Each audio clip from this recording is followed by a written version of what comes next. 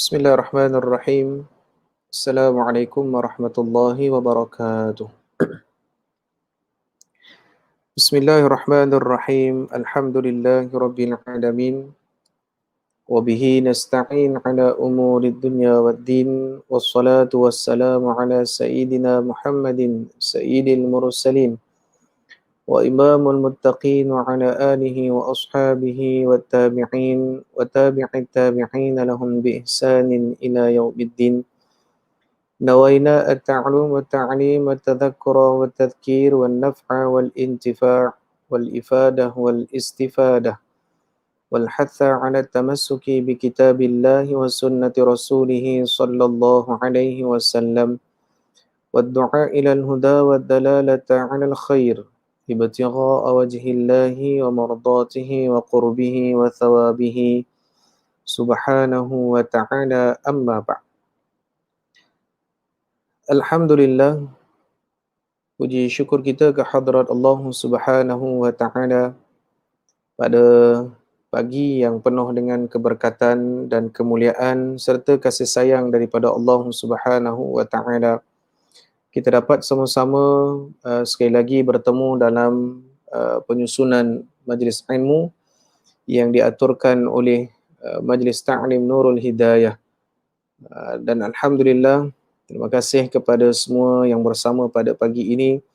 Kita dihadiahkan oleh Allah Subhanahu wa taala hujan di awal pagi, menjadikan asbab rahmatnya Allah Subhanahu wa taala turun kepada kita, dan pastinya yang kita harapkan adalah dengan turunnya hujan mendapatkan bahagian rahmat daripada Allah Subhanahu wa taala, dan akhirnya akan memberikan natijah, iaitu Allah Subhanahu wa taala mengangkat bala bencana, musibah, ta'un dan juga wabak yang diberikan kepada kita sehingga saat ini dengan kebaikan, kasih sayang Allah Subhanahu wa taala serta keberkatan baginda Nabi Muhammad sallallahu alaihi wa ala alihi wasallam, insyaallah.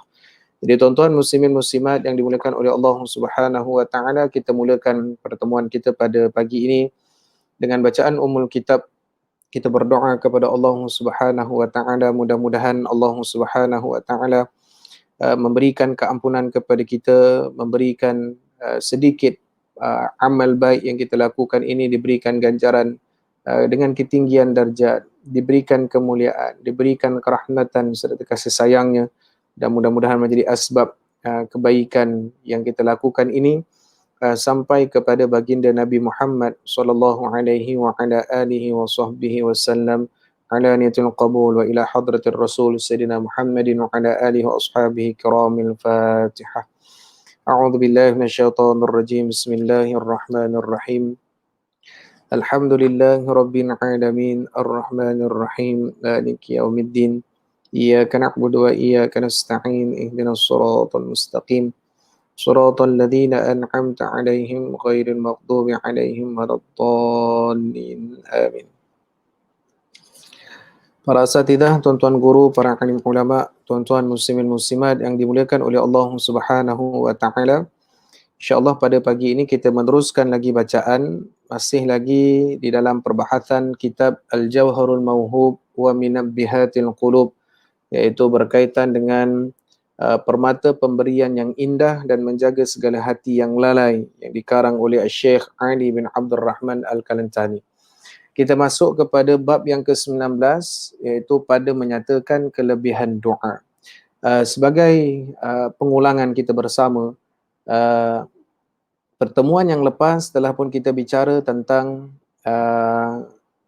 memahami sifatnya Allah Subhanahu wa taala, iaitu ilmun, kemudian iradah serta qudrahnya Allah Subhanahu wa taala di dalam meletakkan tuntutan ataupun pembahagian orang yang memahami akan isu berdoa kepada Allah Subhanahu wa taala. Kita akan mendapati kepada 3 bahagian.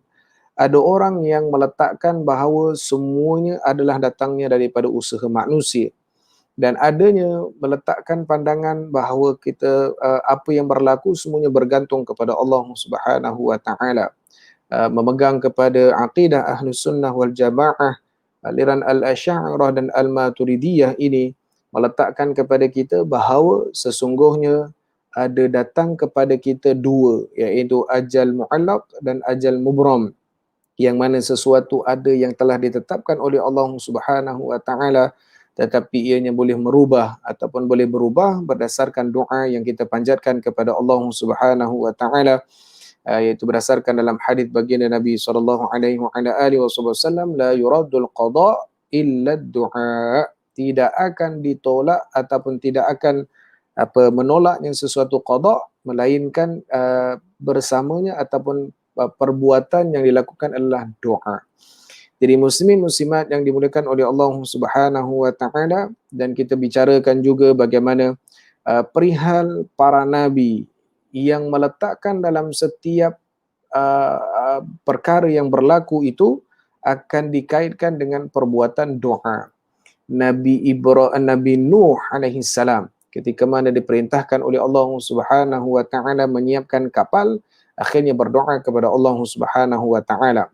Nabi Ibrahim menyiapkan Kaabah, pada waktu tersebut siap sahaja perintahnya oleh Allah, maka akan berdoa kepada Allah Subhanahu wa taala.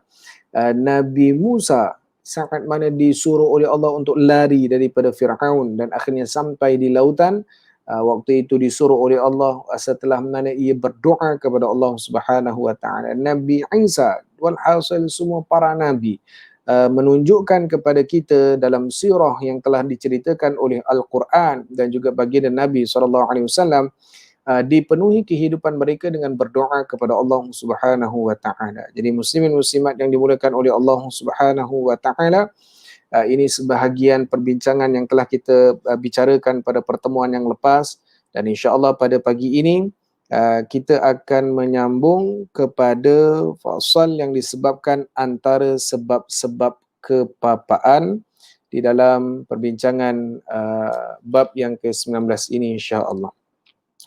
Bismillahirrahmanirrahim. Qala al-muallif rahimahullahu ta'ala bi'ulumihi wa 'ulumihi fid dharaini amin. Bab yang seterusnya, fasal yang seterusnya adalah berkaitan dengan ajakan pengarang kitab tentang memahami ataupun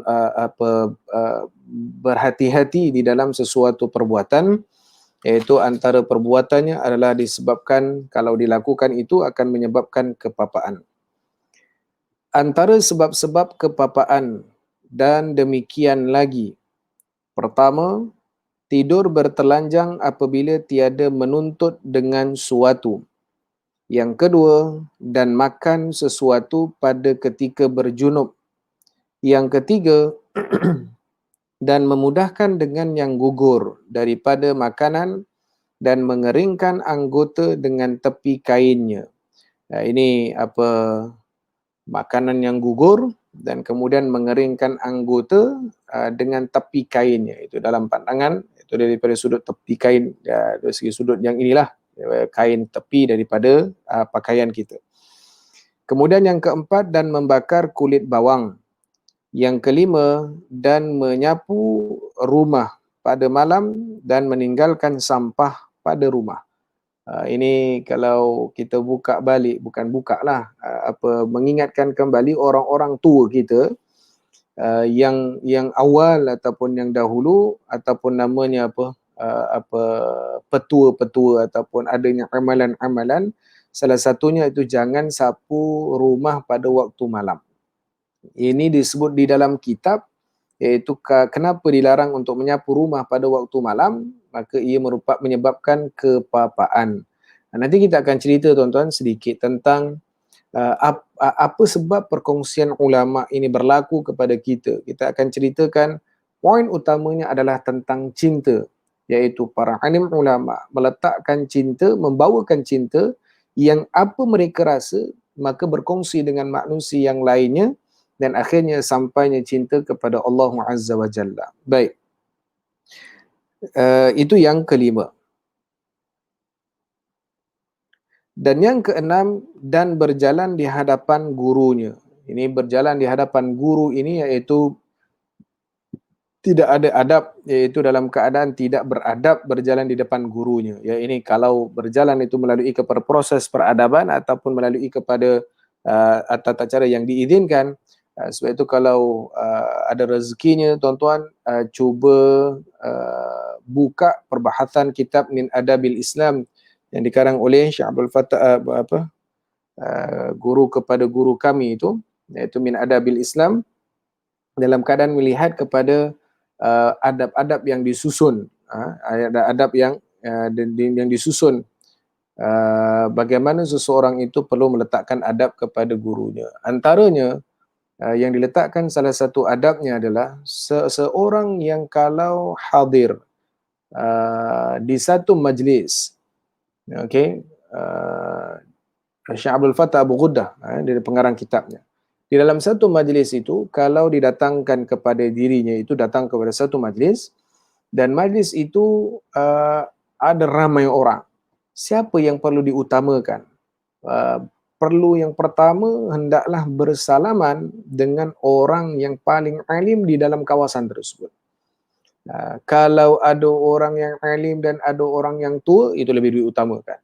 Barulah kita salam kepada orang yang di kanan dan seumpamanya. Maka perihal ini diletakkan oleh para alim ulama, iaitu berkaitan dengan adab yang perlu difahami seseorang manusia itu. Maka berjalan depan guru juga menjadi pantang larang orang-orang kita terdahulu. Di zaman kita hari ini, fitan itu berlaku berleluasa. Poin yang selalu diletakkan, ulama ini tidak maksum. Dan ulama ini pasti akan ada salah. Tetapi ketahuilah para alim ulama itu mahfuz, iaitu orang yang dipelihara oleh Allah Subhanahu wa taala. Itu antaranya yang dipelihara namanya, perbuatannya yang diceritakan oleh orang-orang yang selepasnya. Maka mereka ini adalah menjadi kepada asbab sesuatu kepada datangnya kebaikan daripada Allah Subhanahu wa taala. Ini ceritanya panjang itu. Kita cerita tentang itu adab. Baik.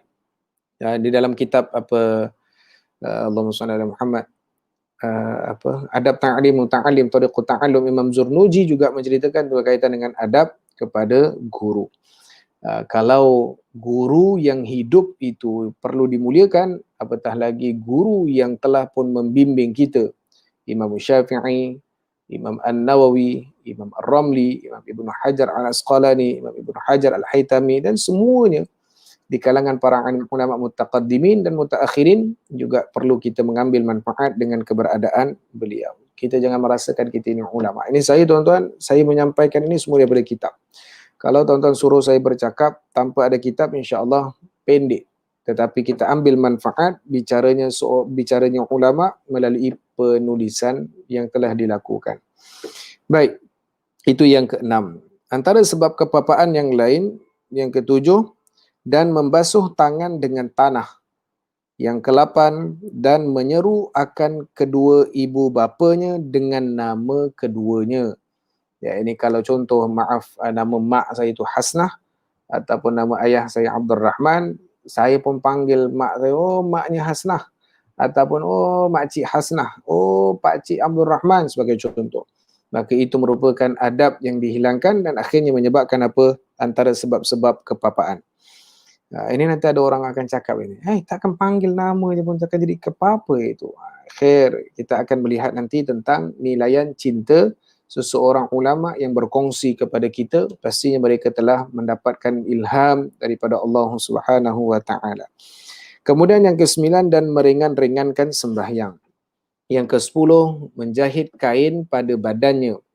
Yang ke-11, dan meninggalkan ataupun membiarkan sarang labah-labah pada rumah. Yang ke-12, dan bersegera keluar daripada masjid. Ini habis sembahyang terus keluar itu. Melainkan kalau ada perkara-perkara yang emergency ataupun keperluan untuk segera keluar daripada rumah, khair. Daripada masjid, khair, tidak ada masalah. Tapi maknanya ditinggalkan zikirnya, ditinggalkan doanya, itu adalah juga jalan kepada kepapaan. Na'udzubillah min dzalik. Yang ke-13, dan berpagi pergi kepada pekan dan melambatkan kembalinya. Yang ke-14, ini kalau siapa yang pergi kerja, pergi kerja, jangan patah balik itu. Nanti kalau bosnya tanya, kenapa balik awal ni? Semalam baca, tadi pagi dengar kitab yang disebutkan itu kalau sebab apa pergi ke pekan pagi-pagi, baliknya lambat. Nah, ini jangan diambil manfaat begini. Tetapi yang dikatakan adalah untuk mungkin berfoya-foya ataupun tanpa ada tujuan, maka itu adalah merupakan sebab kepapaan. Yang ke-14, dan meninggalkan membasuh bejana makan, iaitu pinggan mangkuk yang telah pun kita makan. Yang ke-15, dan memberi akan roti pecah-pecah daripada fakir miskin yang mintai kepadanya. Iaitu kalau kita beri kepada fakir miskin, roti yang di koyak-koyakkan itu, dikecil-kecilkan sikit ataupun dipisah-pisahkan itu, maka itu juga adalah asbab ataupun sebab daripada kepapaan. Ini semua tuan-tuan adalah melibatkan apa ni tuan-tuan? Iaitu melibatkan adab. Orang yang nak bersedekah kepada orang yang miskin itu perlu diberikan yang terbaik. Yang terbaik. Baik, kemudian dan memadamkan pelita dengan mulut, iaitu tiup atau seumpamanya. Ini semua tuan-tuan pantang larang orang-orang terdahulu. Pantang larang orang-orang terdahulu. Dan yang ke-17, dan menyurat dengan kalam yang berbuku. Yang ke-18, dan menyisir rambut dengan sisir yang patah-patah, iaitu sikat yang patah. Yang ke-19, dan meninggal mendoa bagi kedua ibu bapanya. Ini penting dalam kalau tak silap saya, mohon teguran kalau ada bersama dengan kami ini para asatidzah, berdasarkan kalam Imam Syafi'i radhiyallahu ta'ala ataupun sebahagian atharnya ulama, iaitu antaranya kalau tak salah saya antara Imam Al-Ghazali ataupun Imam Syafi'i. Alhasil mohon teguran bersama insya-Allah. Apa kata mereka? Seorang anak yang tak berdoa kepada Allah Subhanahu wa taala kepada kedua ibu bapanya. Ini satu bab, iaitu yang meninggal doa bagi kedua ibu bapanya itu akan menyebabkan kepapaan. Tapi dalam satu sudut yang lain disebutkan oleh ulama, antara sebab datangnya anak yang derhaka kepada kedua ibu bapanya adalah meninggalkan doa kepada kedua ibu bapanya selama 3 waktu. Contoh sembahyang subuh tadi, kemudian waktunya zuhur nanti, kemudian waktu asar. Masuk saja maghrib tidak lagi doa kepada kedua ibu bapanya. Maknanya habis senang kata satu hari itu 5 solat fardu tidak didoakan kepada kedua ibu bapanya. Maka kata mereka para alim ulama, iaitu itulah tanda anak yang derhaka kepada kedua ibu bapanya. Subhanallah, betapa pentingnya ataupun beratnya kepada orang itu anak yang ada kedua ibu bapanya akan mendatangkan kepada kemurkaannya Allah Subhanahu wa taala. Sebab itu salah satu doa yang diaminkan oleh baginda Nabi sallallahu alaihi wasallam ketika menaiki mimbar, iaitu salah satunya adalah Nabi aminkan doanya Jibril alaihissalam, iaitu ada orang yang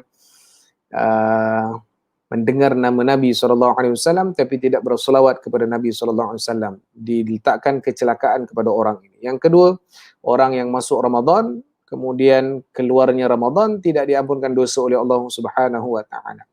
Dan salah satunya daripada iaitu antara orang yang ada ibu bapanya masih hidup tetapi tidak mendapatkan syurga kepada Allah Subhanahu wa taala. Maka jalan syurganya tuan-tuan, khusus kepada anak lelaki dan juga kepada semuanya kita, adalah jalan syurganya adalah melalui kepada ibu bapanya. Jadi mudah-mudahan kita mampu untuk berkhidmat, kita mampu untuk memberikan yang terbaik kepada kedua ibu bapa kita sampai saat kematian kita ataupun sampai saat kematian kedua ibu bapa kita, insya-Allah.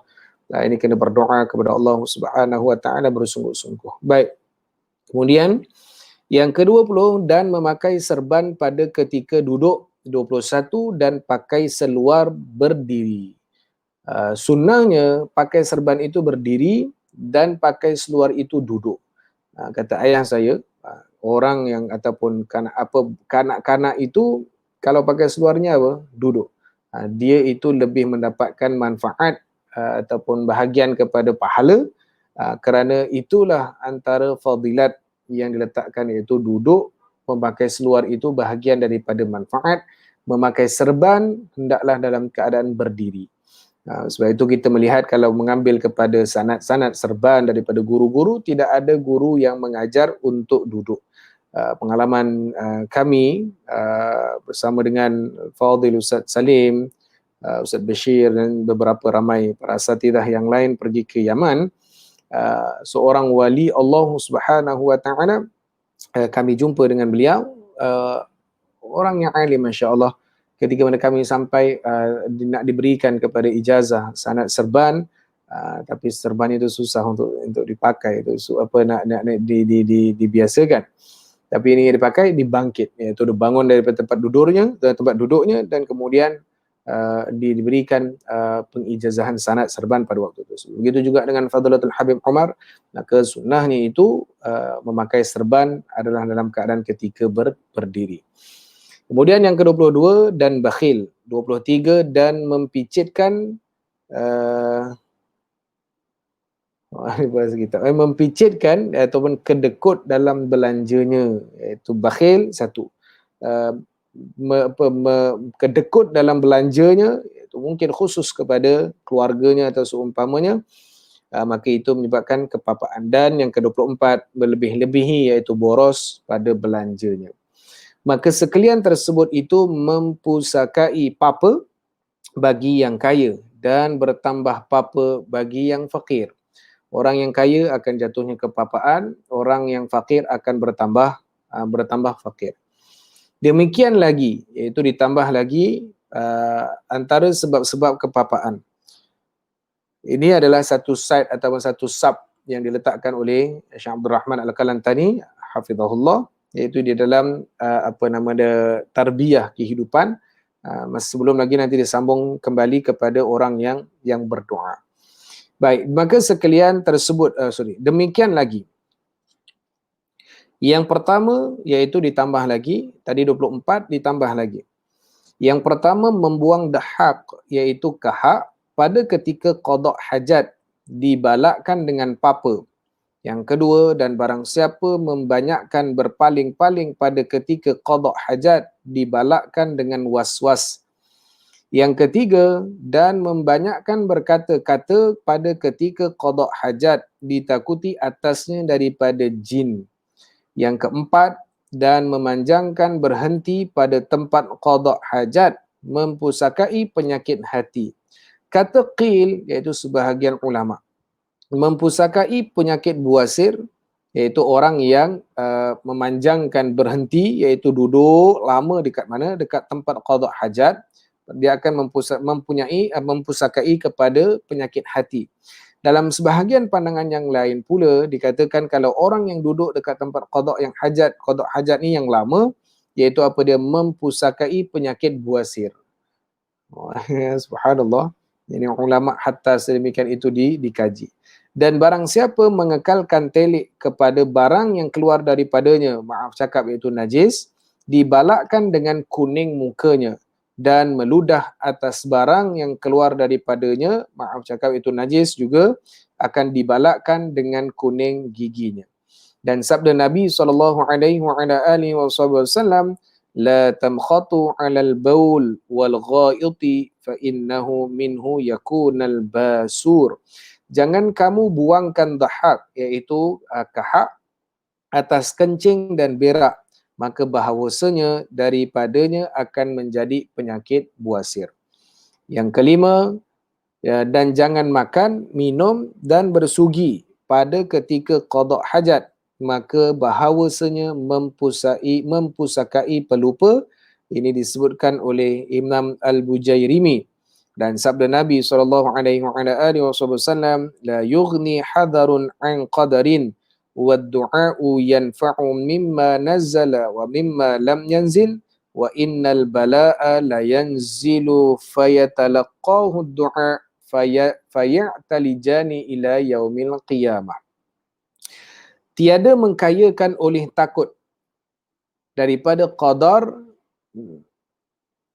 tiada mengkayakan oleh takut daripada qadar dan doa itu memberi manfaat daripada barang yang turun dan daripada barang yang tiada turun, yang ini dengan diangkatkan yang pertama dan ditengahkan yang kedua daripada turunnya, dan bahwasanya balak sesungguhnya turun ia, maka mendapat akan dia oleh doa, maka bertolak-tolak keduanya hingga hari kiamat. Maka pengarang kitab masukkan lagi sekali, iaitu masukkan semula dalam perbahasan doa, iaitu diambil daripada sabda Nabi SAW setelah mana cerita 5 tambahan daripada 24 tadi, iaitu Nabi SAW mengatakan la yughni hadarun an qadarin, iaitu tiadalah mengkayakan seseorang itu melainkan ataupun akan takut daripada qadarnya Allah Subhanahu wa taala. Wa du'a yanfa'u mimma nazal wa mimma lam yanzil. Doa itu akan memberikan manfaat kepada apa-apa yang telah Allah Subhanahu wa taala turunkan ataupun apa-apa yang belum Allah Subhanahu wa taala turunkan. Wa innal bala la yanzilu fayatalaqahu du'a. Nanti terkadang akan berlaku bala itu diturunkan oleh Allah Subhanahu wa taala. Dalam waktu yang sama akan ditegahkan ataupun fayatalaqahu du'a, iaitu dia akan ditegahkan untuk turunnya balak tadi adalah dengan berdoa, fayatalijani ila yaumil qiyamah, dan akhirnya balak yang Allah Subhanahu wa taala nak turunkan dengan datangnya doa daripada manusia yang munajat kepada Allah Subhanahu wa taala akan sentiasa bertemu sampai pada hari kiamat, bertolak-tolak kata Nabi sallallahu alaihi wasallam, iaitu menunjukkan doa itu adalah senjata kepada mukmin berdasarkan sabda Nabi sallallahu alaihi wasallam, ad-du'a mukhul ibadah. Bermula doa itu otak ibadat, iaitu yakni yang khalis bagi ibadah. Orang yang ikhlas kepada Allah Subhanahu wa taala. Kemudian kita teruskan lagi. Kata musanna, wajahnya bahwasanya orang yang meminta doa itu sanya mendoa ia kepada Allah Ta'ala tatkala putus angan-angan daripada barang yang lain daripada Allah, hanya semata-mata berhadap kepadanya dengan memohonkan akan dia bagi hajatnya hal keadaannya esa ia, maka iaitu hakikat tauhid dan ikhlas ibadat, dan lagi kerana mengikut surah Allah Ta'ala pada firman-Nya, ud'uni astajib lakum, meminta doa olehmu akan daku, nescaya aku memperkenankan bagi kamu. Suratul Mukmin ayat yang ke-60. Maka iaitu asal ibadat dan yang khalisnya. Kata Al-Hakim, sebab jadi otak ibadat itu kerana bahawasanya orang yang mendoa melepaskan daripada daya dan upayanya dan mengaku dengan bahawasanya sekalian perkara itu bagi Allah Ta'ala dan menyerahkan kepadanya. Baik, muslimin muslimat yang dimuliakan oleh Allah Subhanahu wa Ta'ala. Di dalam perbahasan yang seterusnya dibawakan oleh Syekh Ali Abdul Rahman Al-Kalantani, iaitu berkaitan dengan doa dan juga bala. Dalam waktu yang sama, kepentingan doa dibawakan oleh Nabi SAW, mukhul ibadah, otaknya ibadat. Sesuatu ibadat akan diletakkan otaknya untuk berjalan adalah berkaitannya dengan berdoa kepada Allah Subhanahu wa taala. Dalam doa yang diletakkan mukhul ibadah ditumpukan oleh pengarang kitab, iaitu diletakkan huraiannya, ya ini siapa dia orang yang mukhul ibadah dalam doanya, iaitu orang yang ikhlas dalam ibadatnya kepada Allah Subhanahu wa taala. Maka dikaitkan lagi, ud'uni astajib lakum, kamu doa, kamu berdoa, Allah kabulkan. Iaitu sebelum lagi berdoa Allah telah kabulkan. Doa mintalah kepada aku akan kabulkan. Bermakna belum lagi doa Allah telah kabulkan. Tapi kabulkan untuk siapa? Orang yang berikhlas, orang yang ikhlas dan memang menumpukan perhatian kepada Allah Subhanahu wa taala, iaitu di dalam ibadat doanya.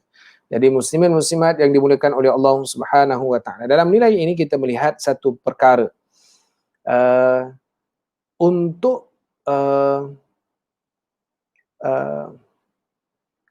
Untuk meletakkan sesuatu doa yang kita panjatkan kepada Allah Subhanahu wa taala, bila waktu kabulnya itu haknya Allah Subhanahu wa taala.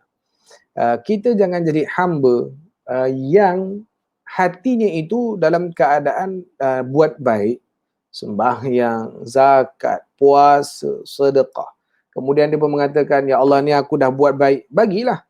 Istilah dalamnya maknanya dia berdoa kepada Allah, meletakkan arahan datang kepada Allah Subhanahu Wa Taala, dah dia buat baik, maka bagi.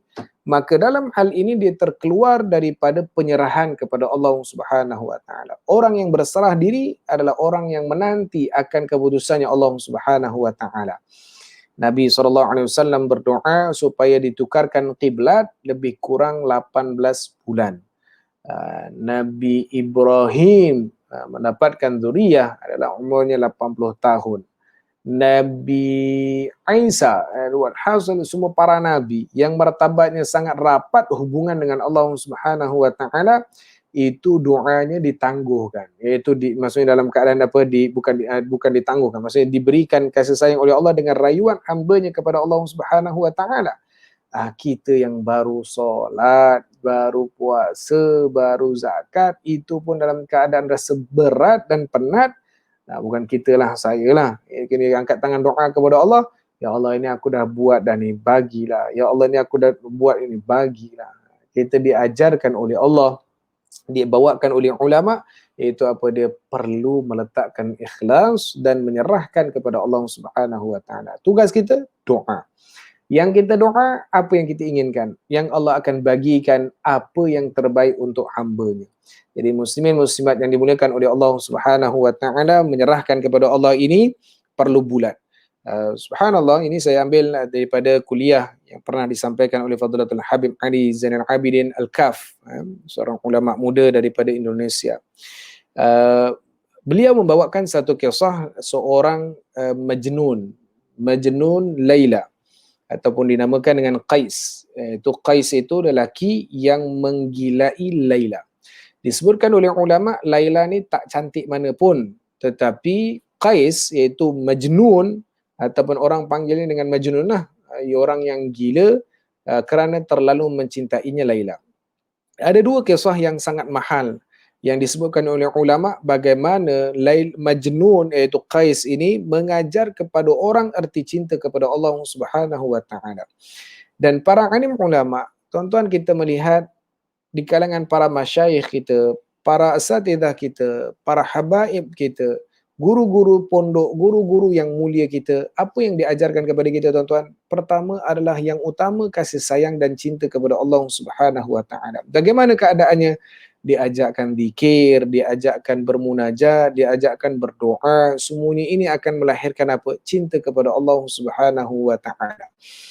Maka satu hari ada satu jamaah yang sedang sembahyang. Qais, iaitu Majnun ini, satu ketika dia pun masuk ke dalam masjid tadi. Bila masuk dalam masjid, jemaah yang sedang sembahyang tadi pun baru sembahyang. Apa dibuat oleh Qais Majnun? Dia pun datang, duduk dekat depan orang yang sembahyang itu. Ibarat kalau kita tengah sembahyang, ada orang dekat depan. Maka akhirnya orang yang sembahyang tadi mempercepatkan solatnya.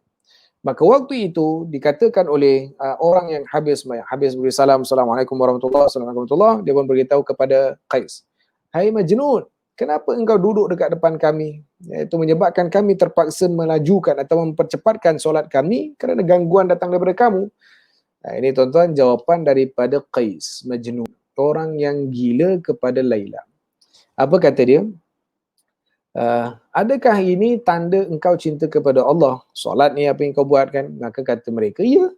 Maka ketahuilah, kata Qais ini, saat mana aku mendatangi kampungnya Laila, saat mana aku mendatangi kampungnya Laila, aku tidak akan terganggu dengan orang yang berada di kanan aku, di kiri aku, di depan aku, di belakang aku. Tumpuan aku itu tetap kepada Laila.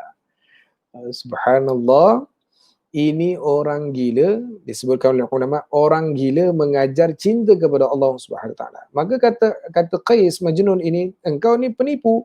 Kalau engkau betul kau sayang cinta kepada Allah, pasti tumpuan kau itu benar kepada Allah Subhanahu Wa Taala di dalam solatnya. Tetapi engkau memikirkan aku yang berada di tepi ini, engkau memikirkan sesuatu yang datang di depan kau.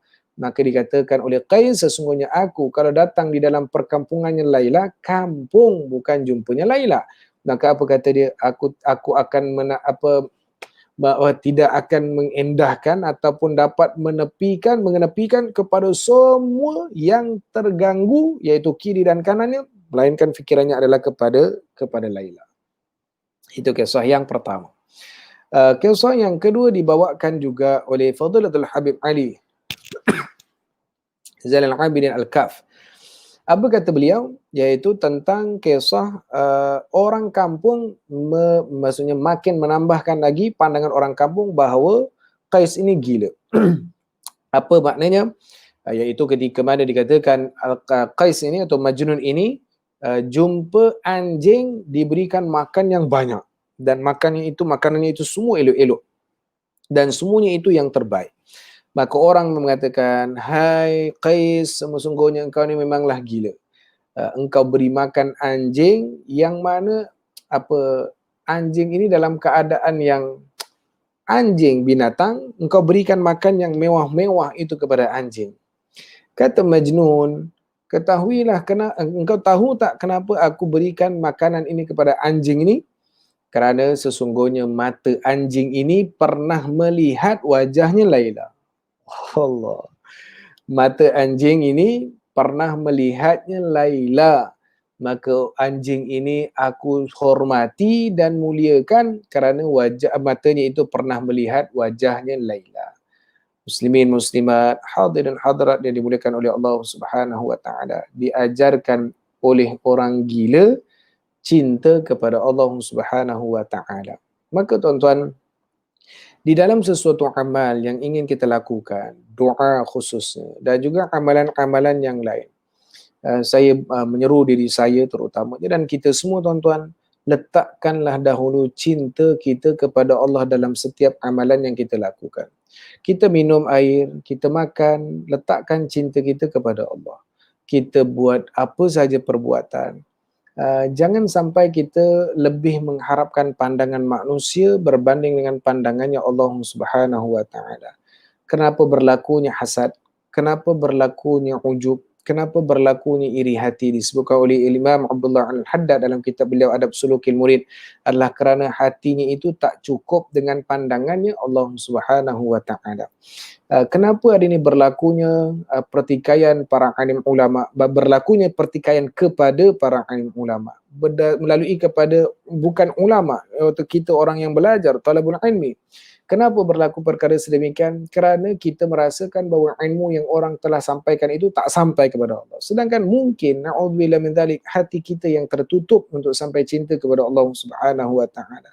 Maka muslimin muslimat, hadirin hadirat yang dimuliakan oleh Allah Subhanahu wa taala, dalam kata Imam Al-Hakim itu apa dia?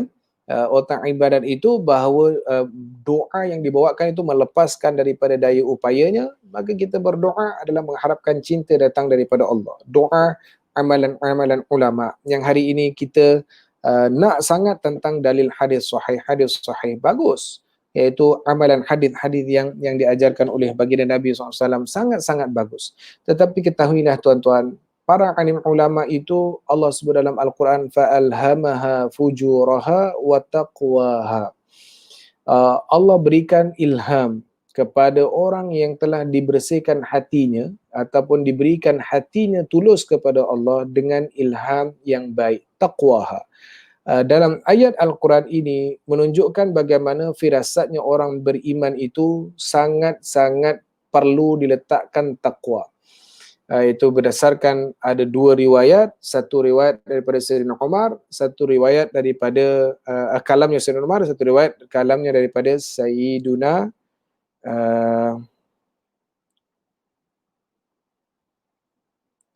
Uthman. Sayyidina Uthman. Ya, satu riwayat datang daripada Sayyidina Umar, satu riwayat datang daripada Sayyidina Umar. Saya bawakan tuan-tuan, saya nak bawakan sebab kadang kita akan mengatakan tak cukup ke apa yang diajarkan oleh Nabi sampai nak ikut ulama sekian, ikut je lah hadis Nabi SAW. Tapi kenapa ulama letakkan perkongsian tuan-tuan? Bukan sekadar untuk diletakkan perkongsian, tetapi mereka pasti telah merasai, dan ketahuilah, letaklah firasat orang yang beriman di kalangan para alim ulama, kerana mereka itu melalui firasat dengan cahayanya Allah Subhanahu wa taala. Satu ketika Sayyidina Umar Al-Khattab, saya penutup pertemuan kita ringkas pada pagi ini. Sayyidina Umar Al-Khattab radhiyallahu ta'ala anhu satu ketika sedang berkhutbah. Dalam sedang khutbah, kemudian kata Sayyidina Umar radhiyallahu an merubah tajuk khutbahnya itu. Dikatakan ya Sariya al-Jabal, ya Sariya al-Jabal. Itu dikatakan wahai tentera gunung. Wahai tentera gunung. Waktu itu para sahabat yang sedang mendengar Sayyidina Umar radhiyallahu ta'ala berkhutbah pada waktu tersebut jadi macam ini cerita tentang apa ini? Orang tengah dengan khutbah tiba-tiba wahai tentera gunung. Sayyidina Ali radhiyallahu ta'ala pada waktu itu mengatakan nanti habis khutbah kita akan tanya kepada Amirul Mukminin Sayyidina Umar Al-Khattab. Waktu itu kata Sayyidina Umar, apa nama dia, Allahumma shalli ala Sayyidina Muhammad, habis saja khutbah, orang dah jumpa kepada Sayyidina Umar. Wahai Amirul Mukminin, apa yang sedang berlaku? Kata Sayyidina Umar, apa yang aku cakap? Kata para sahabatnya dengan engkau mengatakan ya Sariya al-Jabal, ya Sariya al-Jabal. Iaitu nak mengatakan bagaimana engkau mendapatkan bahawa perkataannya itu wahai tentera gunung. Kata Sayyidina Umar Al-Khattab radhiyallahu ta'ala anhu, aku mengetahui bahawa ada tentera yang sedang berperang di mana tuan-tuan? Di Samarkand, iaitu di Uzbekistan. Jarak lebih kurang berapa ribu kilometer daripada Malaysia ataupun daripada Madinah pada waktu tersebut. Pada waktu itu kata Sayyidina Umar, tentera Islam memerlukan bantuan. Jadi aku memberikan bantuan kepada mereka bagi tahu musuh datang daripada gunung yang belakang itu. Maka dalam hal ini menunjukkan apa? Allah yang memberikan ilham kepada Sayyidina Umar untuk memberikan apa? Bantuan kepada tentera yang ada. Begitu juga para alim ulama, Allah berikan mereka ilham untuk menyelamatkan kita daripada kesesatan, daripada apa fahaman-fahaman yang buruk dan teruk yang berlaku kepada kita pada hari ini. Antaranya apa tuan-tuan? Penghinaan kepada ulama, penghinaan kepada Imam Syafi'i, penghinaan kepada Imam An-Nawawi. Allahu Akbar. Ini kena sedar diri sebelum kita meletakkan pertikaian kepada ulama. Kalau ulama dengan ulama di zamannya khair, kita nak bukakan kepada apa yang mereka berhujah khair. Untuk kita menilai kepada Imam Syafi'i ni kurang, imam ni kurang, tidak akan layak untuk kita ceritakan. Jadi tuan-tuan muslimin-muslimat yang dimuliakan oleh Allah Subhanahu wa taala, itu satu. Dalam satu cerita yang lain, yaitu Sayyidina Uthman bin Affan radhiyallahu ta'ala anhu, Dzurrain. Apa kata beliau? Ada dalam satu peristiwa sedang duduk. Datang satu orang lelaki. Yang mana lelaki tadi itu dalam keadaan terlihat kepada perkara yang maksiat, iaitu perkara yang tak baik. Waktu lelaki itu kemudian habis berjalan masuk dalam majlisnya Sayyidina Uthman bin Affan. Kata Sayyidina Uthman, langkah malangnya orang yang datang kemudian buat maksiat, tidak bertaubat kepada Allah Subhanahu wa taala berada dalam majlis ini. Orang ini terus menjerit, adakah wahyu datang daripada selepasnya Rasulullah SAW? Kata Sayyidina Uthman, tidak. Kata Sayyidina Uthman, ketahuilah itulah firasat orang yang beriman. Kata berhati, bertakwalah kepada firasat orang yang beriman kerana mereka melihat binurillah, dengan cahayanya Allah Subhanahu wa taala. Jadi muslimin muslimat yang dimuliakan oleh Allah Subhanahu wa taala, ajakan ulama, bimbingan ulama, apa yang dibawa oleh para alim ulama yang benar, yang susah, hatta Nabi letakkan ulama yang sesat itu dengan ulama iaitu ulama yang jahat. Kenapa perkataan yang ulama? Kerana mereka nampak seperti mana para asatidah, nampak macam ustaz, nampak macam sekian, tetapi apa yang mereka buat adalah mengajar kepada penghinaan, mengajar kepada kemudaratan umat, dan akhirnya mempertikaikan hal-hal yang bahkan lebih besar, iaitu firman-Nya Allah Subhanahu wa taala yang berlaku kita di zaman sekarang ini. Baik. Maka muslimin muslimat yang dimuliakan oleh Allah Subhanahu wa taala, kita tutup dengan sabdaan Nabi dan kata kalam Imam Al-Ghazali. Dan sabda Nabi SAW, innallaha yuhibbul mulihina fid du'a. Bahwasanya Allah Ta'ala kasih akan orang yang menyungguh-nyungguh pada meminta doa, yakni yang melazimkan bagi meminta doa dengan ikhlas dan benar niatnya. Ini telah kita huraikan. Dan penutup kata Imam Al-Ghazali rahimahullah di dalam kitab Al-Ihya, dalam kitab Ihya, sabda Nabi SAW bahwasanya hamba itu tiada menyalahi akan dia daripada doanya oleh salah suatu daripada tiga perkara. Pertama, ada kalanya dosa diampunkan baginya, dan kedua, dan ada kalanya kebajikan disegerakan baginya. Yang ketiga, dan ada kalanya kebajikan yang disimpankan baginya pada akhirat. Ini tentang doa yang telah dipanjatkan akan diberikan jawapan oleh Allah, kabul oleh Allah dengan tiga perkara. Jadi insya-Allah yang ini kita akan bicara pada pertemuan akan datang diizinkan oleh Allah Subhanahu wa taala. Dan alhamdulillah Majlis Agama Islam Negeri Johor telah pun membuka ruang yang terbaik. Jabatan Agama Islam Negeri Johor telah membuka ruang yang terbaik daripada pejabat muftinya, jabatan mufti, iaitu dibuka masjid 1/3, kuliah maghrib, kuliah subuh diberikan untuk ruang kuliah di masjid. Maka tuan-tuan muslimin-muslimat yang dimuliakan oleh Allah SWT, kita doa mudah-mudahan Majlis Taklim Nurul Hidayah juga akan dapat dibuka kembali kuliahnya, dan saya difahamkan 1/7 melalui kepada SOP yang telah ditetapkan oleh Jabatan Agama Islam Negeri Johor. Jadi tuan-tuan muslimin muslimat yang dimuliakan oleh Allah Subhanahu wa taala, kejarlah ilmu yang bermanfaat yang datang daripada para alim ulama. Saya ulang tuan-tuan, saya bukan ustaz, saya bukan ulama, saya cuma menyampaikan apa yang telah ditulis oleh ulama, dan tidak ada satu pun perkataan yang keluar daripada bibir saya, lidah saya yang baik, melainkan semuanya adalah perkataan ulama yang terkadang pastinya ada kekurangan dan kejahatan daripada mulut saya, iaitu keburukan datang daripada mulut saya. Semuanya itu datang daripada ilmu yang sangat cetek yang ada dalam diri saya sebagai golongan al-juhala. Jadi tuan-tuan muslimin muslimat yang dimuliakan, mudah-mudahan kita mendapatkan manfaat dengan apa yang telah diletakkan oleh pengarang kitab Syekh Ali Abdul Rahman Al-Kalantani dalam kitab Jawharul Mawhub min Bihatil Qulub.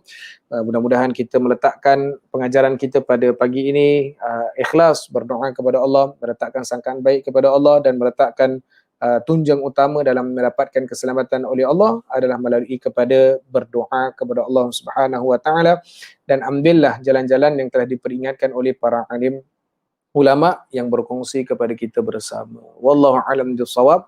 Terima kasih kepada semua yang bersama pada pagi ini. Pastinya adanya asatidah, tuan-tuan guru, ada silap bicara saya, mohon teguran kita bersama.